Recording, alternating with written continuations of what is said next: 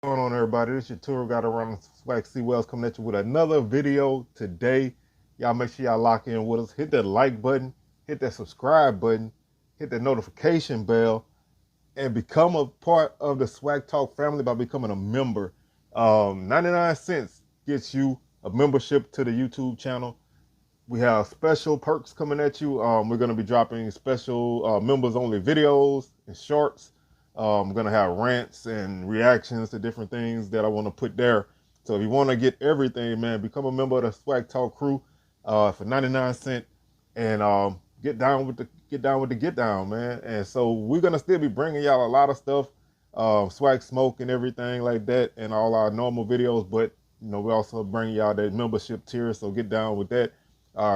Check out the Facebook and Instagram, both Swag Talk, Twitter Swag Talk 76. And now let's get on with the show, man. Let's do it.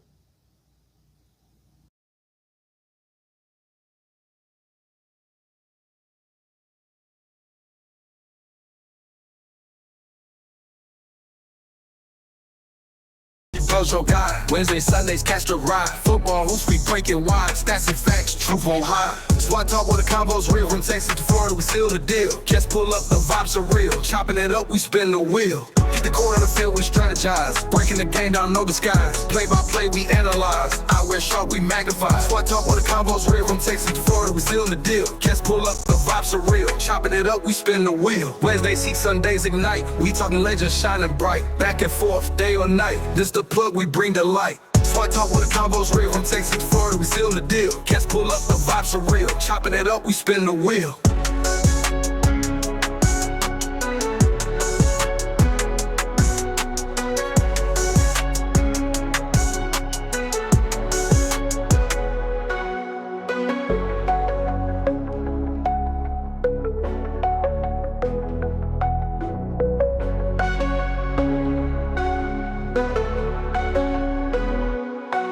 Wednesdays, heat, Sundays, ignite. We talking legends shining bright. Back and forth, day or night. This the plug, we bring the light. SWAT talk when the combos real. From Texas to Florida, we seal the deal. Cats pull up, the vibes are real. Chopping it up, we spin the wheel.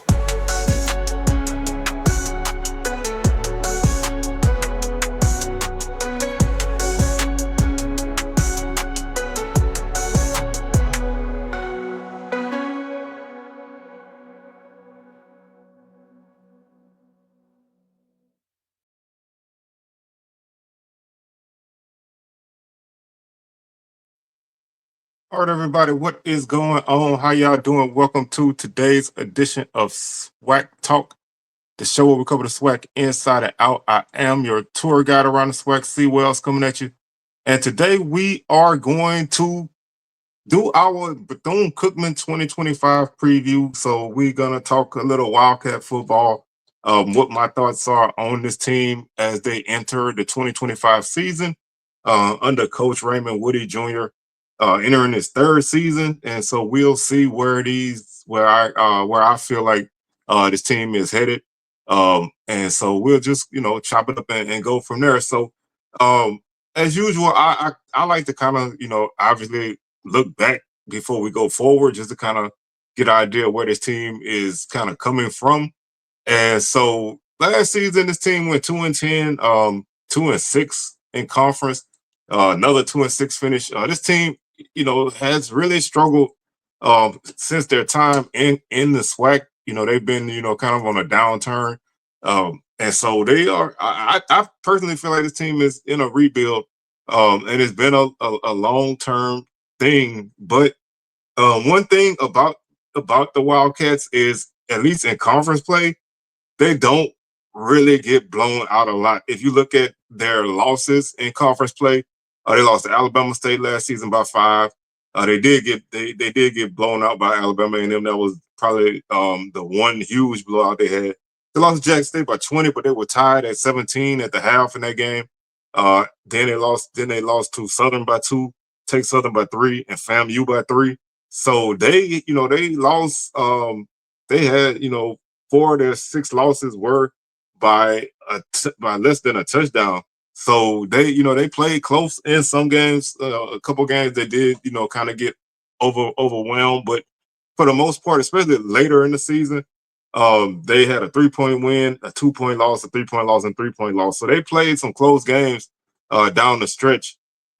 Just could not get over the hump in those games. And, that's honestly one of the things that, can, can kind of hold a team back, even, even when they, like the saying goes, first you lose big, then you lose close, then you win close, then you win big. But um, this team is still in that phase, in that phase where they're still dropping games, and I don't know if they're gonna get off of that because, and we'll talk about this as we go throughout the preview. But this is a team that gets ravaged when Porter comes around. They do a good job of bringing in guys, but they lose guys, and they lost a lot of guys who contributed heavily to this team, even though this team was not the best on paper. Like offensively last season, they averaged 20 points a game, which was 11th in the league.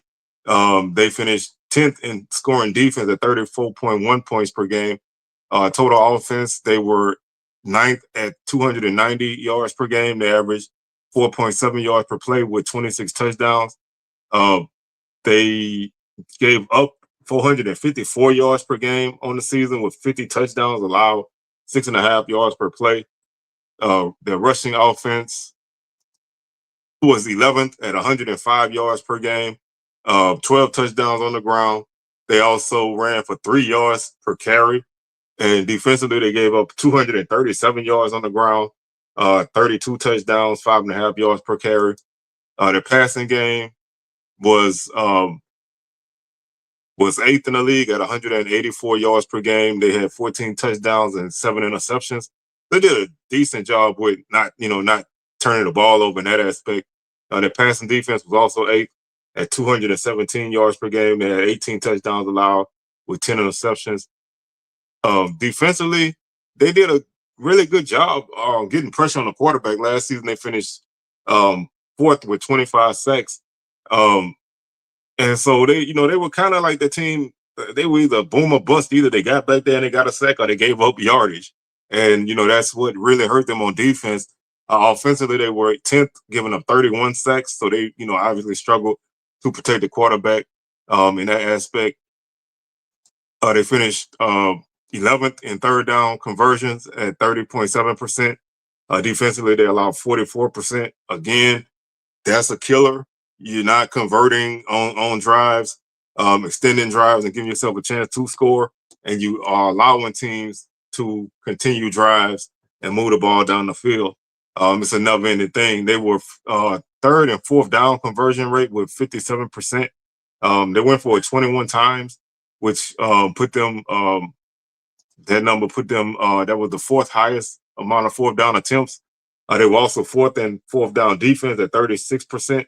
Opponents went for it 19 times against them, which was tied for fifth in the league in that number.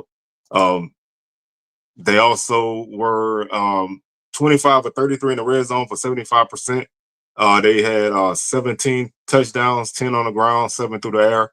They were 8 or 10 on field goals, and they turned the ball over 5 times in the red zone, 1 fumble, 1 interception, and 3 turnovers on downs.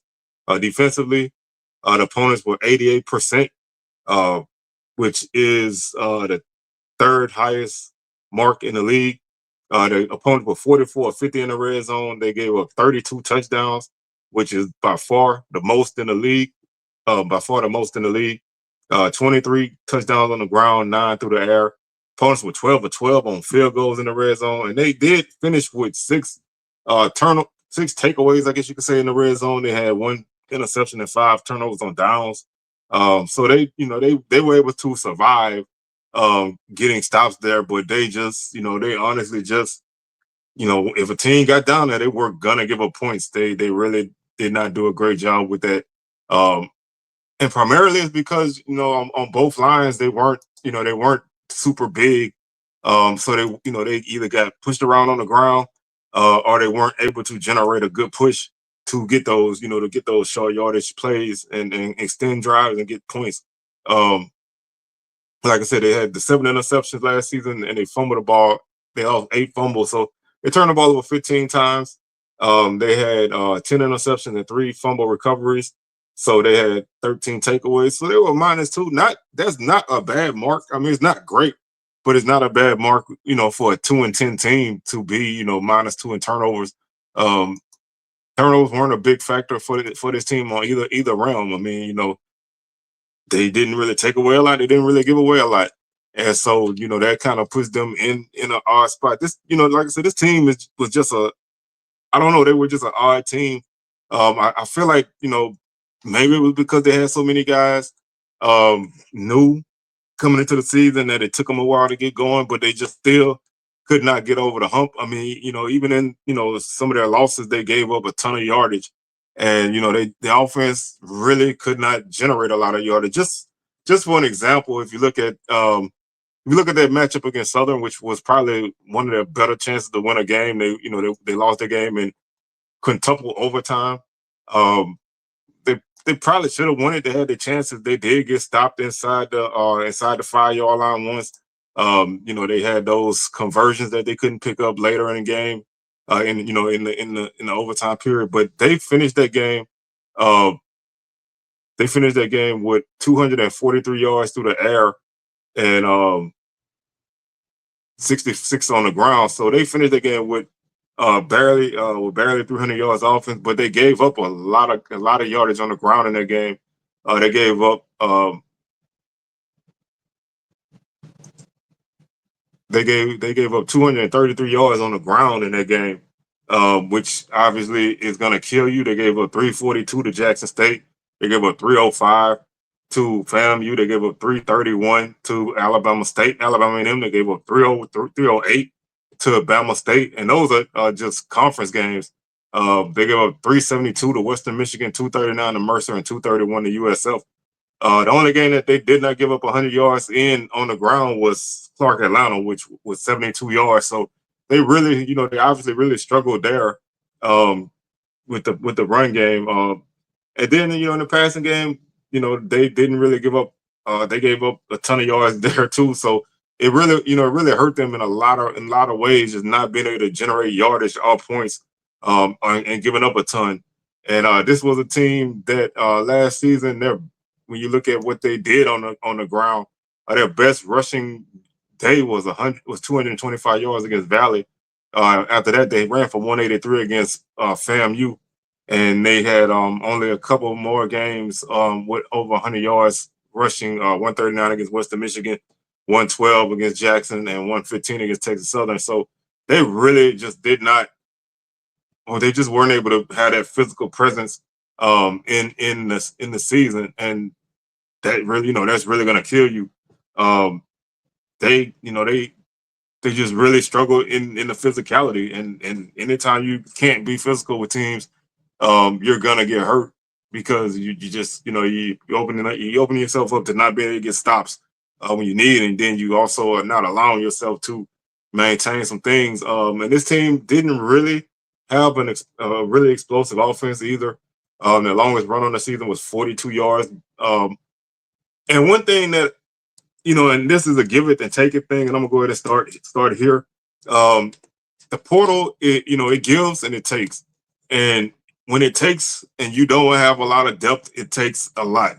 And they lost a bulk of their playmakers through the portal. Their top running back, Dennis Palmer, a guy who I anticipated being, one of the top backs in the league, he left.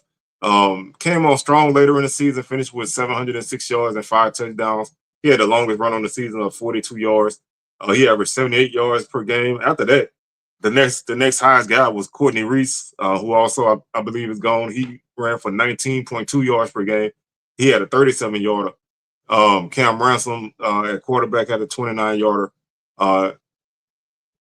Javinzi Brazil had a 23 yarder. And as far as individual guys, those are their longest 4 runs on the season. So not a lot of explosiveness there. Um, Obviously, just not a lot going on there. And even though he had some individual talent, he just couldn't really get it going. But and I do want to also take this moment to kind of say this was a tough preview to do because they have a 25 roster, but it's not complete. I mean, there are 0 running backs shown on the roster. So I really couldn't even come up with an adequate kind of running back thought process. But looking at some of the guys they brought in, I don't know where any of these guys stand, but a guy that is kind of intriguing to me at the running back spot is no, I can't find the guy. He was Montravius Lloyd, who is 5'10", 185 running back from St. Pete. He went to Pitt, transferred over. Didn't really see a lot of action at Pitt, but he was highly rated coming out of high school before he went to Pitt. So maybe that's a guy that can step in. I mean, there's obviously a ton of carries available. They brought in a couple other younger guys also to compete for that spot, but until you can, and they also brought in, some more beef on the O line to help out. And so they did return guys like Wells, Puckett, Lovin, and Schultz on the offensive line, guys who started some time last season on the O line. But they also brought in some bigger bodies to help because they know they need the size to start to be physical in that aspect. The top guy that they have on their offense is Cam Ransom at quarterback. He was a second team preseason all SWAC guy. Now they also brought in some competition for him as well. Timmy McClain, who played at Arkansas State and South Florida. I've heard some high praise for him this offseason in the spring game and everything. So they're bringing in somebody to push. I don't necessarily have 100% problem with that, but I kind of feel like I don't know. You bring in a guy to back up a guy. If you already have a guy that's established, I don't know if you necessarily bring in a guy that's going to totally push him and definitely going to take the spot from him. Although if that happens, then you maybe you're better off. But Cam Ransom had a pretty solid season last year. Finishing, like I said, he ran the ball last season 106 times for 263 yards with 5 touchdowns. Had a longer 29 through the air last season. He was 164 of 262 with 62% completion rate, 1,844 yards, 11 touchdowns with 5 interceptions. He did have a long pass of 70 out in the season. And again, not a lot of explosiveness there. They did have some bigger plays through the air. They had like I said, 70-yard pass, a 62-yarder, a 54-yarder, 45 and 44 as some of their longest pass plays. And when you can't really run, before they really kind of were able to run the ball a little bit later in the season, you got to get it through the air. And they did a decent job there. They lost their top. They lost one of their top receivers in the tight end Thomas Nance, but it returned Malik Huggins, who led the team with 37 catches for 543 yards and 3 touchdowns. Also, they returned Lorenzo Jenkins, Kobe Stewart, and Omari Stewart at receiver. So and Javon Ross, a younger guy who is anticipated to get more action this season. Last season he had 10 catches for 86 yards. Definitely expecting him to be a bigger factor. But you're having a guy like Malik Huggins, who is a playmaker, also a good punt returner. That's gonna, obviously help you, give you a consistent weapon. And some of the other guys, Lorenzo Jenkins, obviously he had a pretty solid season with 23 catches for 285 yards and 3 touchdowns as well. So you have a nice 1-2 punch at receiver. They did, kind of rely on their tight ends toward the later stretch of the season. Their tight ends basically combined for 52 catches on the season. So that's solid. You're gonna have somebody to fill that spot. They did a good job of getting the ball to those guys throughout the season. So if they can do that, that'll be great for them. They are trying to go down the field more with their passing attack. Not so much a lot of screens and horizontal passes. They want to go vertical more and take advantage of some of the speed they got. And that should open up some things, provided, that the offensive line can open up those holes and give the offense protection to make some things happen. Now on the defensive side, they lost their top two tacklers, but they still return some really good guys. Antoine Watts is the leading tackler out of the secondary. He had 70 tackles last season, a tackle for loss, and 2 interceptions last season. Also 4 pass breakups. Malik Stinnett, who was a preseason All-Conference player, he had 53 tackles last season, 2 tackles for loss as well, with 4 pass breakups and a fumble recovery. And Adrian Hall is a preseason All-Conference guy on the defensive line. He also had 51 tackles, 44.5 tackles for loss, and a half a sack. Also, some names of guys who are coming back. Steven Sparrow finished the season with 40 tackles as well. Jeremy Greaves on the defensive line had 37 tackles, 5 tackles for loss, 3.5 sacks. Sheldon Quarles Jr. also returns, and he's more of a nickel guy. He comes back. He had 31 tackles last season.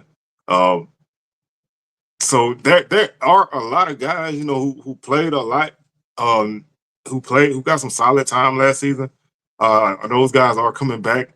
The defense, like I said, they just have to be more physical. They have to be able to get off the field. And if you look at kind of what my thoughts or questions are on the other season so far, obviously the key to me is being able to establish yourself on both offensive lines. They didn't really do a good job of that on both lines, both sides of the line of scrimmage. They weren't able to do that last season. You have to be able to do that. That's something that's really held this team back the last couple of years. Not being able to generate a consistent running game, even with the talent that they have at that position and the speed they have at the position. They just haven't really been able to get it done. Just being able to finish games. I mean, like I said, when you look at those close losses, any one of them games, a play here, a play there, you get the win, or you at least put yourself in a better position to win. And also, this is a big season for the team as a whole, and I believe for Coach Woody, this is, this, I don't want to say it's a make or break season, but it's definitely to me a hot seat season. Again, this is from an outside perspective. Maybe inside people don't feel that way, but when every year you bring in a lot of portal guys, and everybody is talking in the preseason about how many guys you brought in, and they rank your class here and they rank your class there, and then you get in the season and you don't win those games. That starts to wear thin. And I mean, this is a program before, they entered the SWAC. This was a team who was a consistent MEAC challenger, a consistent team to make the playoffs, a consistent team to win non-conference games, even beat an FBS team before. So this is a program that's used to winning, and this is I don't say uncharted territory, but this is like uncharted territory for recent years. And so, they don't want to be in this spot, especially when your in-state rival is one of the top teams in the league still. They've ascended, and you're kind of, battling it out to not be at the bottom. But something's going to have to change. And if they have another poor season, regardless of how close those losses are, I believe that a lot of people are going to start looking that way, looking at the coach and wondering if he is the guy to get it done. So to me, this is, like I said, this is a money year. I said that about Bama State in a different way. This is a money year because I feel like if you want to save your job, I'm not saying I'm not saying he'll be fired this season, but if you want to take the heat off, you have to win games, and you don't get that kind of grace you get for close losses that only lasts so long. So if you want to avoid that, you have to start winning those games. And I don't know if this team is in the position to do that because, like I said, they lost so much from last season, and they even lost their two specialists and their top kick returner. So even in that aspect, in the special teams realm, you're starting over. Like I said, do get Malik Huggins back, who returned 12 punts, 187 yards and a touchdown, average 15.5 yards per return. I had a longer 77, but you losing Darnell Dees, who was a guy who scored 2 touchdowns in a game on kick returns last season. A guy who was always a weapon to score or at least have a great return. You're losing that, and you're losing a punter, Anthony Frederic, who really did a great job of being able to flip the field for you, even though you didn't necessarily do a lot offensively. He did a great job with his job, averaging 43 yards per punt with a long of 67.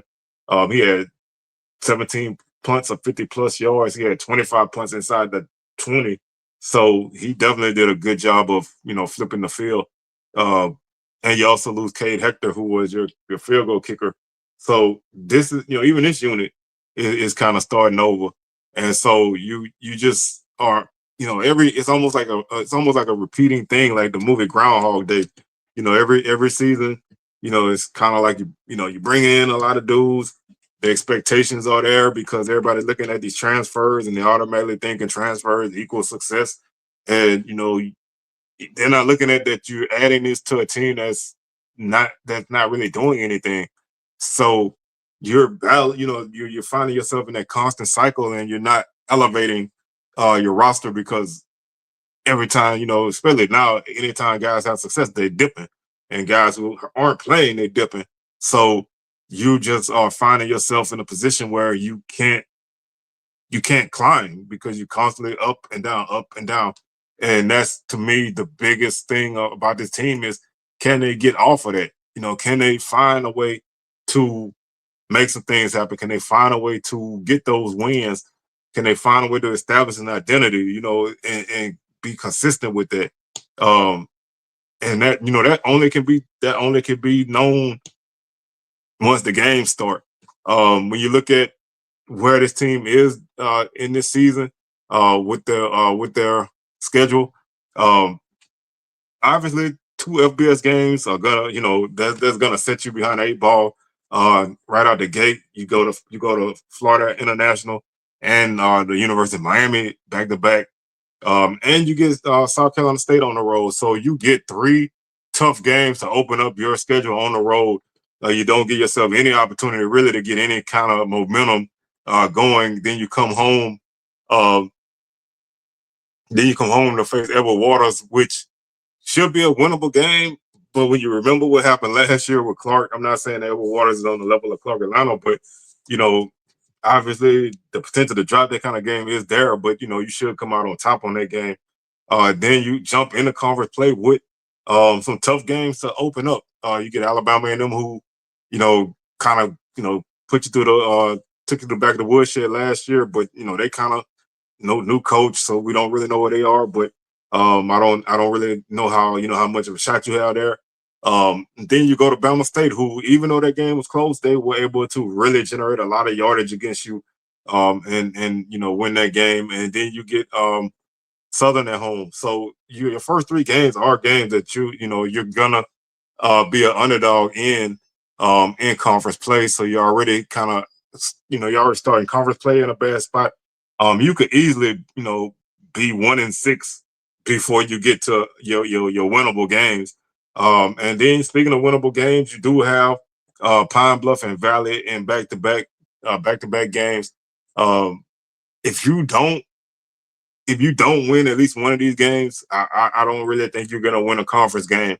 Um, these are big games because these are the 2 teams that are probably, in terms of standings, are probably the closest teams to you. Um, so even if you extend that to Grambling, which you had a close game with Grambling last season, you did beat them by I think a field goal, but Grambling could be better. Grambling is not going to be down forever. I don't even think Bethune-Cookman is going to be down forever, but this is a tough game. It's on the road. Always playing in Grambling is always going to be tough, but um, you have those are the 3 games that I would say you are at least toss ups. I can even make A&M a toss up just because you're at home and we don't really know where they are. Then you close out at Jackson and then Florida A&M in the Florida Classic. So this schedule is pretty tough. Like I said, the bulk of your games you're easy. I don't say easy because when you're a 2-10 team, you don't have any right to call anybody an easy game. But your winnable games are all in a row. Everything else is tough. Like I said, you open up with 3 road games. You're probably going to drop all 3. You got a tough start to conference play, and then you close out with a tough start. You close out with 3 games away from home. So you don't really have a lot there. Like I said, you have basically have 5 home games. Um, two of them are well, 3 of your 5 home games are games that you should win, or at least you should be favored to win. And then you have one that you probably are going to be a bigger underdog in. So your tougher games are on the road. So if you're gonna get anything going, it's gonna have to be done at home. And then I think it's gonna be, if anything happens, it's gonna have to happen in that Pine Bluff and Valley stretch. Because I don't really think you're gonna be favored against Grambling in Grambling. No matter where Grambling is right now, I don't think you're gonna be favored in that matchup on the road. So this is a tough schedule. For where you at, I set the win total at 2.5. And I'm gonna stick by that. Like I said, I want to be optimistic. I always try to go into these previews as being optimistic. I don't like to pick anybody to have a bad season, but the numbers are what they are. Um, if they can win 3 out of the 5 games at home, that puts you at 3-9 overall, and 2-6 in conference.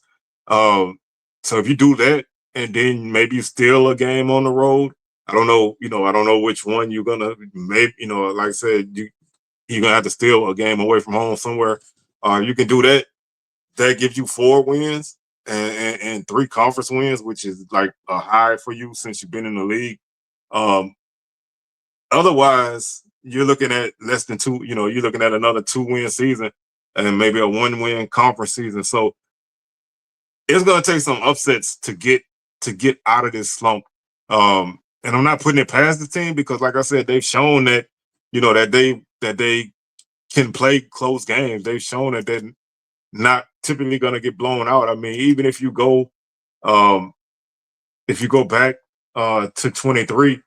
They had a few close games there too. So they are a team who kind of they kind of find a way to just not get blown out in games.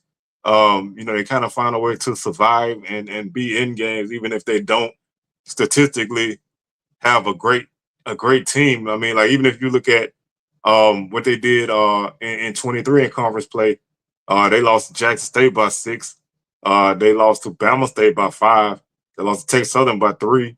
They lost to Southern by 10. They lost to Grambling by 14. They lost to Florida A&M by 17. So they did not. Their biggest loss in conference play in 23 was 17 points, which, for a team that won 2 conference games, that is not bad. So they tend to kind of play close. Um, they don't really do a lot. They don't really do a lot of exciting things on either side of the ball, and that keeps them in games. And so, I think it's gonna be more the same, but they're gonna have to find a way to get more explosiveness, especially on the offensive side of the ball, so they can start to generate more offense and points, because you're not gonna constantly be able to play these close games like this without ever getting over the hump. And so that's why I think that this is. I'm gonna give them a 3-9 season and 2-6 in conference again. It's like a broken record, but I don't really see a lot there. Just sitting here right now, it's tough. So with that being said, man, I'm your tour guide around the SWAC Seawells, signing out, and I will catch y'all on the rebound. Peace.